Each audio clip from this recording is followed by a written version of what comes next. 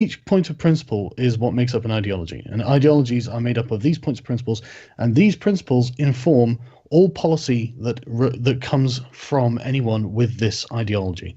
This is how an ideology projects itself into the real world, into politics through policy interests, right? The alt-right and the progressive left have very similar policy interests. The classical liberals do not have similar policy interests with these people. For example, right, the alt-right and the alt-left are very interested in race. They have loads of policies based on race. They have loads of policies based on LGBT. The right considers them totally degenerate and would absolutely suppress them. The left would probably make them mandatory, right? Classical liberalism has no policies on these issues. It does not matter in classical liberal ideology, according to the principles under which it operates of liberty, freedom, all that sort of stuff. There is no classical liberal argument against gay marriage. You would have to make a pragmatic argument. You would have to say, well, even if ideologically it's not against our principles, it's resulting. This isn't my argument either. Hypothetically, if you were going to make an argument, you would have to make a pragmatic one and say something like, well, and not just whatever it is. I'm not saying that gay marriage has problems. I actually don't think it does. But you would say something like, gay marriage is resulting in, I don't know, whatever the bad cause of gay marriage is, and therefore we have to stop it on the pragmatic consequence of what's happening, not because it conflicts with our principles. Whereas for example, oppressing people based on their race absolutely does conflict with the principles of classical liberalism. One being a rejection of artificial barriers to success, right? That's an artificial barrier to success. That's why they can never agree on that. But also with the progressive left, where they say, okay, what we'll do is we'll keep down straight people because gay people aren't succeeding enough, if that's their argument. I don't know if it's just hypothetical, obviously, right? That's, again, a classical liberal can't agree with that because you're imposing a barrier to someone's success based on an arbitrary characteristic that isn't an indicator of the character or merit of the person. That's why these things are basically the same to a classical liberal, because they don't share principles and they actually infringe on other principles that classical liberals hold. This is why I don't care about the left-right paradigm at all, but this is why when I say Nazism and communism are very similar, it's because they are very similar. Right, but if you live under Nazi Germany and you live under USSR Russia, you will notice that there are differences. And as I said, yeah, no, listen, okay. I'm not saying they're the same. They are different in expression, but they are very similar in principle. They come from they both come from different positions to arrive at a very similar set of principles upon which they will operate. It's okay to control the public. It's okay to, they don't give any consideration to property rights. So it's okay for the states to just appropriate things because it's for the good of the collective. It's okay to, all of these things, all of the things that they do. And so all of their policies reflect those core beliefs. They don't think it's bad to steal people's property, and that's why the Nazis and the communists stole people's property. Here's the thing, like all the principles you said can also be applied to a theocracy. Maybe. I mean, I'm not saying they can't. I'm not saying they can't. And all of these things can be applied to feudalism. Maybe, yeah. This is why I think these systems are bad, though.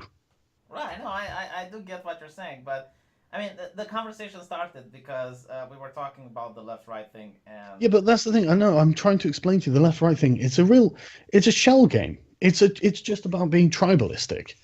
It's just silly to even care about it. And this is what like David Pakman's going on about in this video, and I'm just sat thinking, my God, he's completely failed to understand the thrust of my argument. And he doesn't understand that what he is doing is tribalistic. When he sits there and says, well, he says that I'm, defending these people because I'm far left, but I'm not far left. No, I'm not saying he's defending these people because he's far left. I'm saying he's defending these people because of the tribal construct of the left, and the tribal construct of the right is the opponent. He's not saying the anarchic right. He's not saying the theocratic right, just the right. Just not the left, not us, them. And that's the problem with politics today. It's this kind of partisanship. The fact, oh no, all of the bad things are right wing. And he doubles down. He's like, yeah, so these are right wing. Oh, fucking hell, David. The idea that you think like you're ever going to persuade people that Stalin was right wing, and then he makes it relative. Well, relative to the absolute, anarcho syndicalist. It's like, yeah, okay, but Stalin wasn't an anarcho syndicalist.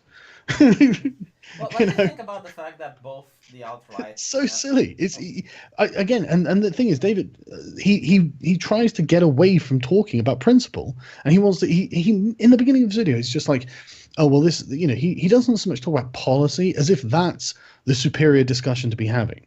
Policy is inevitable from your principles to some degree or another, and then it becomes a difference of degree rather than a difference of what you're doing.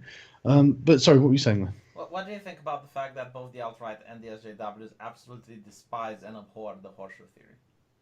Because it applies to them, and they know it. You think they know it, or are they like Well, legit? subconsciously they know it. They're obviously not going to admit it to themselves. But that's the point. These people operate from the same points of principle, just approaching it from different directions. The horseshoe theory is effectively a way of saying, look, we don't agree with any of these people because our principles just simply don't align with any of their principles. And in fact, their principles are almost, universally contradictory to our own. I think Stephen Crowder actually made the video and he said both the alt-right and the SJWs are against the Constitution. Of course they are. Both of them are okay with Mike Smith's right. Both Yeah, of them they're are both with. socialists. They completely reject the Western paradigm, Well, and that's because of Germany. German. Behind every collectivist ideology is a smiling German. No, may I actually stop it because I did have like some German. I know. I shouldn't make the joke because it's I mean, did and have I some like German German. people that came into my comment section and they said, "Look, V, what you're saying here really pisses me off because it's true," and then they're gonna Yeah, I just know, hatred right? towards my people. Well, this is the thing. I lived in Germany for 8 years, man. I spent a lot of time like with the German people and then like with German people I knew, and they definitely thought differently to me. And it was Yeah, it was it was these points of principle that they were coming from. but They're there very are collectivist. there are things that differentiate the Nazis from the communists a lot. Like for instance, Yes, there are. the culture is ingrained into people's DNA. I mean, the communists didn't believe that. The Yeah, Nazis were very nationalistic. The yeah. communists were workers of the world unite. But Um, they both yeah, but they both had a very firm position on control over the culture. I don't think that you should have control over culture. I think people should be free to form the cultures they want to form. But the Nazis and the communists wanted to control it. yeah, I think the only difference is that when a communist leader died, the new one would just create a different culture if he wanted to. Sure, I mean they've got complete power of the state and and everything in it. Both of them did. They could do whatever the fuck they liked. Yeah, I'm actually thinking maybe the Nazis had a little bit more freedom for the culture. I mean, if you were writing something No, that was I don't political. agree. I don't agree. No, but I think. let me explain why I say this, Okay, right? Because sorry. it's Go on. interesting. If, for instance, you would have a different type of music, the Nazis wouldn't necessarily complain. But for instance, in communism, they hated they hated rock and roll, and they didn't have an argument for it. They just hated it. They just didn't like it. So because of that, it had to go away. They didn't like men who had long hair. They didn't like Jesus Christ, I guess. And again, Mm. they didn't have an argument for it. It's like not against communism. It's not anti-progressive or anything. They just didn't like it, so it had to go away. Yeah, but yeah. Sorry, I got kind of sidetracked with something that I was looking at. But the point I was making, I think that we both agree on, is the point is they want to control culture. I mean, and the Nazis were, oh my God, they were such, well, I was going to say such totalitarians, but that sounds kind of redundant, doesn't it? Yeah, it's completely antithetical to the principles of classical liberalism. This is why, from the classical liberals' position, they look very similar. But I mean, these people will never agree that they're very similar because they want different things using these principles. For example, the communists want a worldwide Bolshevist revolution, and they want to abolish the nation state and government eventually. And the Nazis didn't. They wanted the opposite. So they'll say we're nothing like each other, but it's really like looking in a mirror, you know. No, I kind they of understand what you're saying, but you're kind of saying that everything that's not liberal is on this side, and liberal is on the other side. Yeah, but that's because there are literally two conflicting principles on which neither side can ever agree. Right, but it's a little bit more expanded than that. You know, you have theocracies, you have Well, feudalism, yeah, of course. you have Yeah, exactly. monarchies. Absolutely. This is liberalism's objection to all of these systems. Well, saying that feudalism, I'm not sure it's fair to say that feudalism was specifically about controlling culture.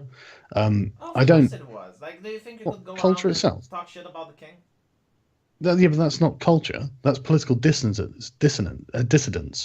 Yeah. What I mean is, like, is a lord really going to go? I mean, I suppose maybe depending on the individual lord, but because he has the power to do it if he cares about that. But like, what is it about feudalism that prevents the peasants, playing a certain kind of music, or telling jokes, or cockfights or whatever they used to do? Yeah, but Is I that think what's the problem is that they didn't have the technology to enforce it back then. maybe? I mean, I, I mean, I guess they enforced religion in Western yeah, Europe anyway. You had to be a Christian. and, So and I there were guess, some places where singing was not allowed. Like if you're in a I guess feudalist Islamic system. well, I was thinking Christianity really because that was Well, the even religion. like okay, I suppose, yeah. I mean, yeah. Even then, I guess even then, I guess it's not in conflict with other principles of feudalism to do that. and it's So also maybe, like but back then, like how would you know if some peasants are singing in a barn?